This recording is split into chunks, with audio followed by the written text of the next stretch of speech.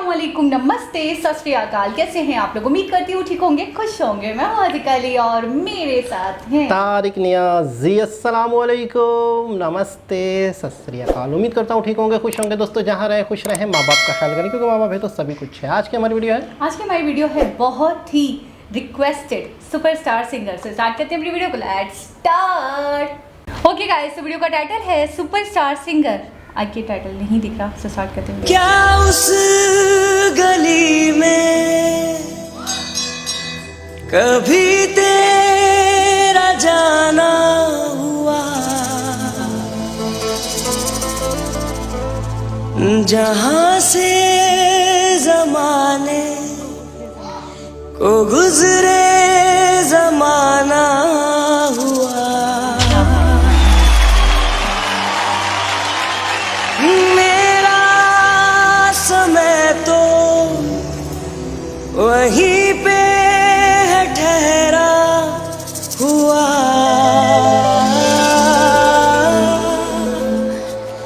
बताऊं तुम्हें क्या मेरे साथ क्या क्या हुआ। क्या बात है।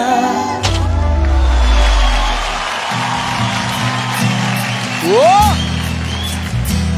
खामोशियाँ एक साज है, तुम सुनने तो आओ कभी, छू कर तुम्हें खिल जाएगी।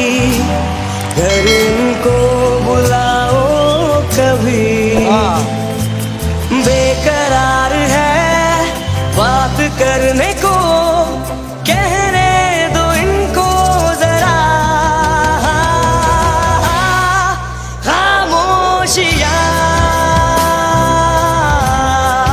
तेरी मेरी, खामोशियाँ खामोशियाँ लिपटी हुई, खामोशियाँ खामोशियाँ तेरी मेरी, खामोशियाँ खामोशियाँ लिपटी हुई, खामोशियाँ। Thank you so much everyone.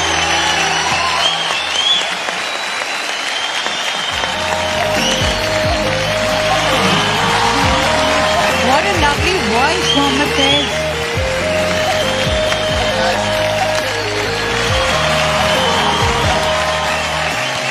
तुम्हारी आवाज में कुछ अलग ही कुछ है, बहुत ही कातिल आवाज है, Thank you, एकदम ma'am. अट्रैक्टिव और खींचने वाली अपनी तरफ। Thank you so much ma'am. Beautiful. Pawan के ऑडिशन की याद आ गई जब पवन ने शायद गाया था। क्या गाया था यार। अब समझ में आया तुम्हारी इतनी सहेलियां क्यों हैं। I am very very impressed. Thank you so much ma'am. I love your voice quality.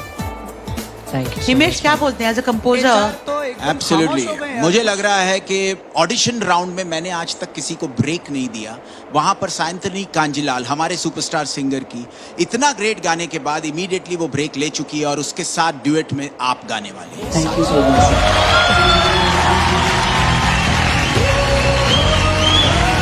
पहली बार हुआ है 14-15 सालों में, कोई अनदेखा अनजाना आने लगा है ख्यालों में। गहरी गहरी काली आंखें मुझसे मुझको पूछती है, हाथों की रेखाओं में एक चेहरा सा बन जाता है। ऐसा पहली बार हुआ है 14-15 सालों में, कोई अनदेखा अनजाना आने लगा है ख्यालों में। मुंडा बड़ा चंगा लगता है, पर है कौन?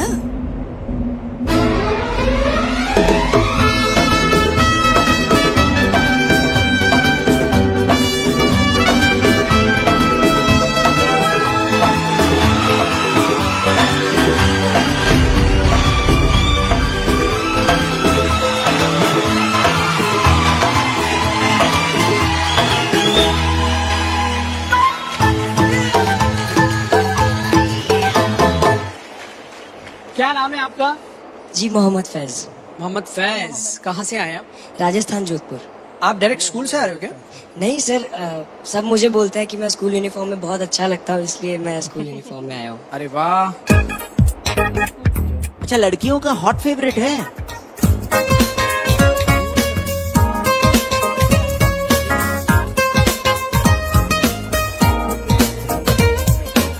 तो बेटा कोई दोस्त है तुम्हारा? बहुत सारी सहेलियां हैं स्कूल में। सहेलियां? सहेलियां? वाह। दीवाना है देखो बेकरार वो, संभालो संभालो ना प्यार को। ये यूनिफॉर्म में उन्होंने सजेस्ट किया था क्योंकि वो बोलते हैं कि मैं काफी इसमें अच्छा लगता हूँ। अपना बना के देखो, दिल में चुरा ले वो, ऐसा क्यों लगे है बोलो। तुम्हारी एज क्या है? जी मैं 14 ईयर्स का हूँ मैम। 14 के हो और अभी से सहेलियां सखियां। ये सब पवनदीप से इंस्पायर्ड हैं, है कि Yes, नहीं? मैम। पता नहीं मैम, हाँ मतलब मैं हाँ, क्या ही पता कह नहीं, दूं। मुझे तो कुछ पता नहीं। जी जनाब, बहुत ही आला। बहुत अट्रैक्टिव। मैं ये कहूँगी सिंगिंग तो एक तरफ कर लेते हैं, बाय लुकिंग बाय पर्सनालिटी भी वाकई बहुत अट्रैक्टिव, बहुत क्यूट। अच्छा, अपनी तरफ अट्रैक्ट कर रहे थे, आवाज़ भी और उनके लुक्स भी। अच्छा, मैंने एक चीज़ नोट की। आपको लग रही थी जोधपुर से होंगे, राजस्थान से होंगे? बिल्कुल, Look मतलब alike, कि बिल्कुल। नहीं, बहुत अच्छे सिटी भी हैं, बहुत ही डेवलप जोधपुर सिटी भी। वैसे हमने हाँ, देखा है, जयपुर देखा बहुत है, ही। जोधपुर देखा है। राजस्थान की तो मैं कहता हूँ बात अच्छा, ही स्कूल एक सबसे क्यूट थिंग इज दैट कि स्कूल यूनिफॉर्म में ही आ गए कि मैं बहुत प्यारा लगता हूँ। प्यारा लगता हूँ। अच्छा, वाकई ये सच भी है कि स्कूल के यूनिफॉर्म में एक बच्चा सा बल्कि क्यूट सा लग रहे थे। बहुत अच्छा, एक चीज़ और है कि मैंने बहुत अरसे से एक चीज़ नोट कर रहा हूँ कि इस वक्त इस दौर में सिंगर जो है वो तकरीबन 50% एक्टर होना चाहिए, सही 50% गुड लुकिंग होना चाहिए। सही। अगर हम 20-25 साल पहले चले तो जाते सिंगर होना चाहिए, तो आवाज़ सिंगर अच्छी की होती सिर्फ आवाज़ अच्छी होती थी, तो बस। होता क्या था पता है? होता ये था कि रेडियो, कैसेट सुनना, आंखें बंद, रेडियो में लोग सुन रहे हैं मेहंदी अब हसन लोग को। जुड़ते हैं अब ऑडियो के साथ साथ वीडियो भी होती है। अरिजीत हो गए। अच्छा, पहले आप कह रहे उदित नारायण का बहुत क्रेज था, हर अभी गाना भी- वही अभी भी थे। गाते हैं अब बहुत। मतलब पहले की निस्बत अब थोड़ा कम हो गया, अब लेकिन नए पहले- यंगस्टर्स बहुत आ गए हैं। बहुत आ गए। तो पहले अब उदित नारायण, मैंने एक दिन आपको कहा भी था वीडियो में कि मैंने तो उनको देखा था इतनी आज। खैर, उनके आवाज़ तो 50,000 मैंने गाने सुनी होगी, हैं, आवाज़ तो 50 मैंने सुनी सारे गाने तकरीबन बॉलीवुड के उन्हीं के हैं उनके सके। दिल के तो पागल है। देखा उनको फिर बाद में मैंने देखा तो वो पर्सनालिटी वाइज वाकई आप जैसे कह रहे हैं कि आवाज़ ही अच्छी होनी चाहिए। बिल्कुल, तो पर्सनैलिटी वाइज भी अच्छे हैं, सही हैं, बस सही लेकिन ये है कि आजकल के जैसे अच्छा, मैं देख भी तो अभी रही हूँ ना, वो यंग तो प्यारे ही रहे होंगे, अच्छा, अब एजिड हैं। अच्छा, आज देखें आप, मोस्ट फेमस आतिफ असलम, बहुत ही लुकिंग के बहुत ठीक है। अच्छे हैं, बिल्कुल। अच्छा, अली जफ़र अली साहब। बहुत ही खूबसूरत, अरिजीत। बहुत ही ठीक है ना। अच्छा, इसके अलावा सोनू निगम बहुत ही स्मार्ट, जुबिन। बाकायदा हीरो सिंह से हीरो आ चुके हैं हीरो आ फिल्मों चुके में, हैं, तो ठीक है ना। आतिफ असलम बहुत सारे ड्रामास में आ रहे हैं ऐसे हीरो। ठीक है ना। तो मैं ये नोट करता हूँ कि अगर आप ये सोचते हैं कि अगर आपकी सिर्फ आवाज़ अच्छी है तो शायद आप, तो ये है कि तो आप आजकल कह रहे थे पॉपुलर। तो आजकल जो है मैं समझता हूँ कि आपको सिंगर के साथ साथ गुड लुकिंग होना भी, क्यूट होना भी बहुत ज़रूरी है, क्योंकि आपके गाने लोग सुनने से ज़्यादा देखते हैं। अच्छा, एक चीज़ है, एक ऐसी भी शख्सियत है, एक ऐसे भी सिंगर हैं जो कि इसके बिल्कुल उलट हैं, लेकिन उनकी आवाज़ में इतना दम है और उन्होंने अपनी जो नेगेटिव चीज़ थी या जो उनके अंदर कमी थी उसी को उन्होंने सहारा बनाया अपने फेमस होने का। काले जे लिबास दी शौकीन हो कुड़ी, काका जी जो है हमारे बहुत। तो ये है कि उन्होंने अपनी इस कमज़ोरी को ही पॉजिटिव में लिया और बाकायदा उसी पर ही सॉन्ग बनाए। इतना फेमस हुआ, काले जे लिबास दी शौकीन हो कुड़ी, दूर दूर जावे मेरे काले रंग तो। क्या बात है।